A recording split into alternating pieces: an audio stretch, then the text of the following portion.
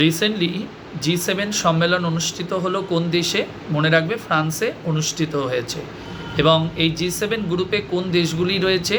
মনে রাখবে বিশ্বের অর্থনীতি দিক থেকে শক্তিশালী রয়েছে এরকম 7খানা রাষ্ট্রকে নিয়ে এই গ্রুপটা। সেই রাষ্ট্রগুলি কারা? মনে রাখবে জাপান, তারপরে USA, UK, ফ্রান্স, তারপরে রয়েছে ইতালি, কানাডা রয়েছে, আরেকটা রয়েছে জার্মানি।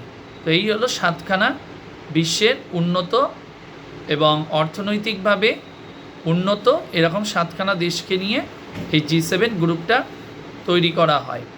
আর মনে রাখবে এই গ্রুপের এবছরের সম্মেলন কোথায় হয়েছে?